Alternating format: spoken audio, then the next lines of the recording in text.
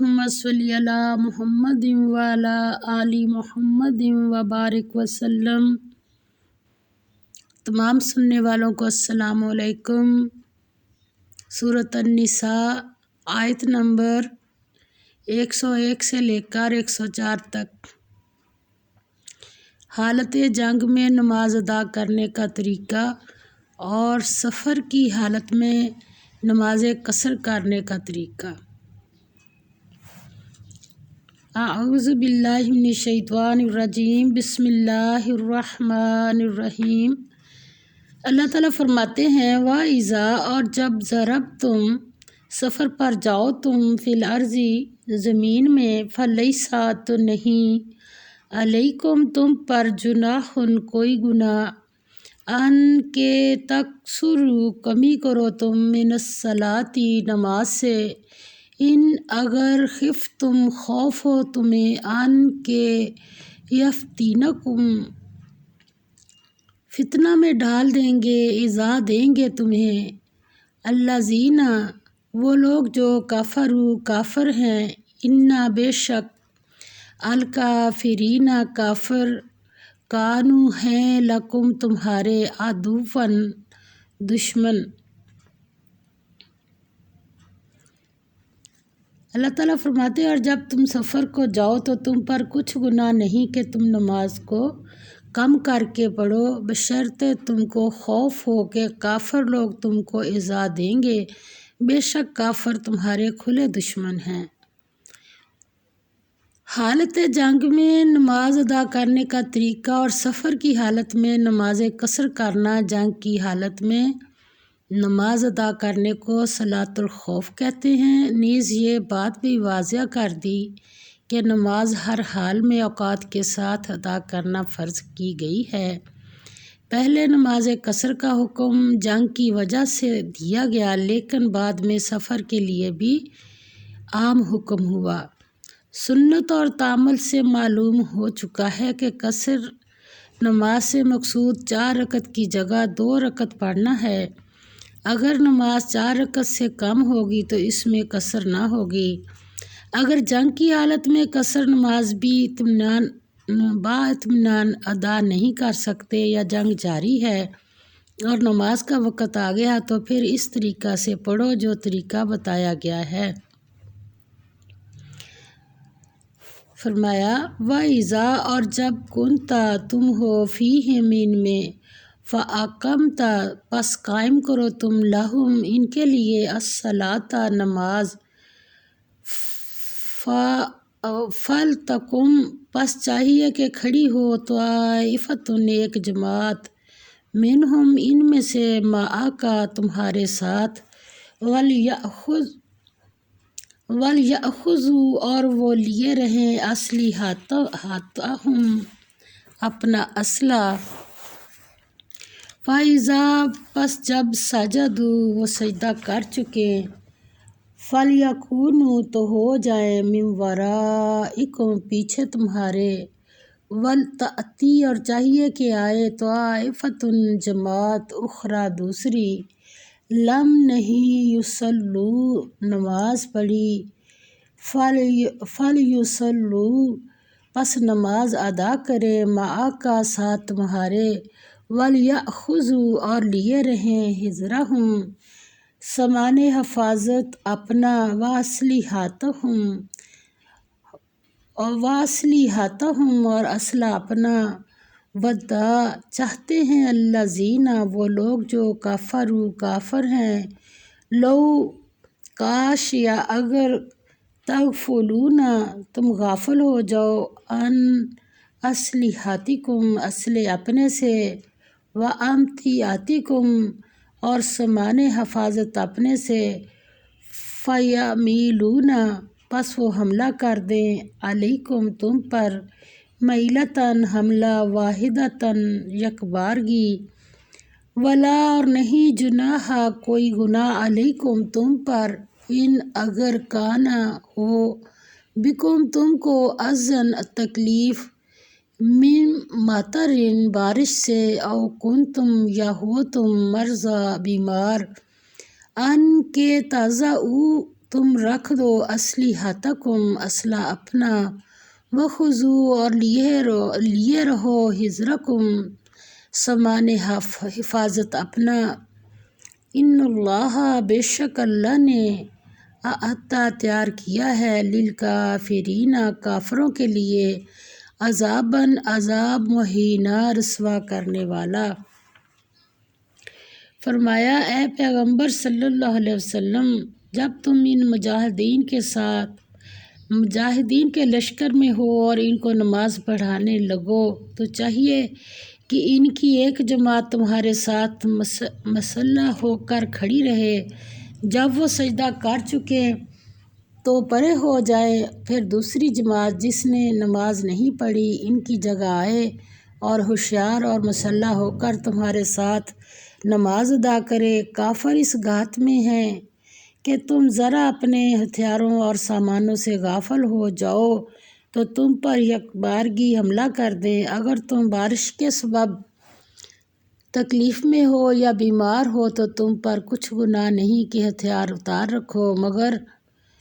ہوشیار ضرور رہنا، اللہ نے کافروں کے لیے ذلت کا عذاب تیار کر رکھا ہے۔ اگر جنگ کی حالت میں قصر نماز با اطمینان ادا نہیں کر سکتے یا جنگ جاری ہے تو نماز کا وقت آ گیا ہے تو پھر اس طریقہ سے پڑھو جو طریقہ بتایا گیا ہے۔ نماز مسلمانوں کا ایسا عمل ہے جس سے کسی حالت میں بھی غفلت جائز نہیں، حتیٰ کہ عین حالت جنگ میں بھی۔ اگر حالت ایسی ہو کہ کسی طرح بھی نماز با جماعت ادا نہ کی جا سکے یا انفرادی طور پر بھی، تو پھر قضا کرنی چاہیے، جیسا کہ حضور صلی اللہ علیہ وسلم نے غزوہ خندق میں کیا تھا۔ آخر میں فرمایا نماز بقیہ وقت فرض کی گئی ہے اور بقید یعنی وقت کے ساتھ فرض کی گئی ہے، اور نماز کے بعد بھی کھڑے بیٹھے ہر حال میں اللہ پاک کو یاد کرتے رہنا چاہیے۔ ان آیات سے یہ سبق ملتا ہے کہ نماز ایک ایسا فریضہ ہے جو کسی حالت میں بھی ٹل نہیں سکتا۔ ہر حالت، بیماری یا سفر یا جنگ یا امن میں نماز ادا کرنے کا حکم ہے۔ نماز میں رعایت صرف قصر کی ہو سکتی ہے، معافی نہیں ہو سکتی۔ اس کی وجہ یہ ہے کہ نماز ہی سے اسلامی معاشرے کی تشکیل ہوتی ہے۔ اب دیکھ لیں ہمارے حالات، اللہ تعالیٰ ہماری حفاظت فرمائے۔ جنگ میں کسی حالت میں نماز معاف نہیں ہے، نماز نہیں چھوڑ سکتے، اور جو نماز کے وقت صبح ہو جا اب کاموں میں لگے رہتے ہیں، سوئے رہتے ہیں، ان کا کیا حال ہوگا۔ اللہ تعالیٰ ہماری حفاظت فرمائے اور ہم ذہنی طور پر 5 وقت کی نماز پڑھنے کو پورا یقین رکھیں کہ ہمارا ایمان ہی یہ ہے کہ نماز کو وقت کے ساتھ ادا کرنا ہے۔ آپ صلی اللہ علیہ وسلم نے فرمایا کہ وہ مومن جو نماز کے لیے تاکتا رہتا ہے کہ کب نماز کا ٹائم ہو، کب نماز پڑھے مومن، اور منافق جو ہے وہ وقت کو ٹالتا رہتا ہے کہ پڑھ لیتا ہوں، ابھی ٹائم ہے، ابھی ٹائم ہے، اور جب نماز کا ٹائم جانے لگتا تو پھر اٹھ کے کوے کی طرح 2 ٹھونگے مار لیتا ہے۔ تو اللہ تعالیٰ اس کی بھی ہماری حفاظت فرمائے۔ آپ صلی اللہ علیہ وسلم نے فرمایا سب سے بری چوری جو ہے وہ نماز کی چوری ہے۔ صحابہ کرام نے پوچھا یا رسول اللہ صلی اللہ علیہ وسلم، نماز میں چوری کس طرح سے ہو سکتی ہے؟ تو آپ صلی اللہ علیہ وسلم نے فرمایا کہ رکوع اور سجود کو صحیح طرح سے ادا نہ کرنا۔ تو اور اس کی فرمایا کہ نماز میں رعایت صرف قصر کی ہو سکتی ہے، معافی نہیں ہو سکتی۔ اس کی وجہ یہ ہے کہ نماز ہی سے اسلامی معاشرے کی تشکیل ہوتی ہے، اور معاشرہ پاکیزہ اس وقت تک نہیں بن سکتا جب تک مسلمان نماز کو اس کی حقیقی روح، خشوع خضوع اور اپنے اوقات کی پابندی کے ساتھ ادا نہ کریں۔ اللہ تعالیٰ ہم سب کو 5 وقت پر نماز پڑھنے کی اول ٹائم نماز پڑھنے کی توفیق عطا فرمائے۔ آگے فرمایا فَإِذَا پس جب قضیتم ادا کر چکو تم الصلاۃ نماز، فاذکروا تو یاد کرو اللہ کو قیاماً کھڑے، وقعوداً اور بیٹھے، وعلی جنوبکم اور پہلوؤں اپنے پر یعنی لیٹے، فَإِذَا پس جب اطمأننتم اطمینان میں ہو تم، فَأَقیموا تو قائم کرو الصلاۃ نماز، ان الصلاۃ بے شک نماز، کانت ہے، علی المؤمنین مومنوں پر، کتاباً فرض، موقوتا مقررہ اوقات کے ساتھ۔ فرمایا پھر جب تم نماز تمام کر چکو تو کھڑے اور بیٹھے اور لیٹے ہر حالت میں اللہ کو یاد کرو، پھر جب خوف جاتا رہے تو اس طرح سے نماز پڑھو جس طرح امن کی حالت میں پڑھتے ہو، بے شک نماز کا مومنوں پر اوقات مقررہ میں ادا کرنا فرض ہے۔ اول ٹائم پر حدیث پاک کا مفہوم ہے کہ اللہ تعالیٰ نے اول ٹائم پر نماز پڑھنے پہ وعدہ کیا ہے کہ جو بندہ اول ٹائم نماز پڑھے گا میرا اس کے ساتھ وعدہ ہے کہ میں اسے جنت میں لے جاؤں گا، اور جو اپنی مرضی سے جب دل کرے نماز پڑھے گا تو پھر میری بھی مرضی ہے۔ اللہ تعالیٰ ہمیں اول ٹائم نماز ادا کرنے کی توفیق عطا فرمائے۔ ولا اور نہ تہنوا سستی دکھاؤ، فی ابتغاء پیچھا کرنے میں، القومی قوم کفار کے، ان اگر تکونوا ہو تم، تعلمون تکلیف اٹھاتے، فإنہم تو بے شک وہ بھی، یعلمون تکلیف اٹھاتے ہیں، کما جیسا کہ تعلمون تم تکلیف اٹھاتے ہو، وترجون اور امید رکھتے ہو، من اللہ اللہ سے، ما لا جو نہیں، یرجون وہ امید رکھتے یعنی کافر،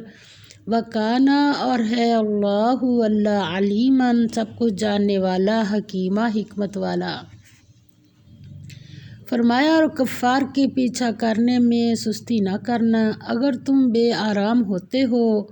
تو جس طرح تم بے آرام ہوتے ہو اسی طرح وہ بھی بے آرام ہوتے ہیں، اور تم اللہ سے ایسی ایسی امیدیں رکھتے ہو جو وہ نہیں رکھ سکتے، اور اللہ سب کچھ جانتا اور حکمت والا ہے۔ بلند مقاصد کے حصول کے لیے ہر قسم کی قربانیاں اور جد و جہد کی جملہ راہوں سے مومن کو بھی گزرنا پڑتا ہے اور کافر کو بھی، لیکن مومن کے لیے ان کا جھیلنا آسان ہوتا ہے، کیوں؟ وہ اپنے سامنے ایسی امیدیں رکھتا ہے جو کافر کو میسر نہیں آئیں، وہ یقین کامل رکھتا ہے کہ یہ سب کچھ حق کی راہ میں ہے اور میرے لیے دنیا میں بھی کامیابی ہے اور آخرت میں بھی، مگر افسوس اس مومن پر جو حق کے نصب العین کی خاطر اتنا بھی نہ کر سکے جتنا ایک کافر ظلم و فساد کے لیے کرتا ہے۔ اللہ تعالیٰ ہمیں صحیح پڑھ کر صحیح عمل کی توفیق عطا فرمائے۔ وآخر دعوانا ان الحمد للہ رب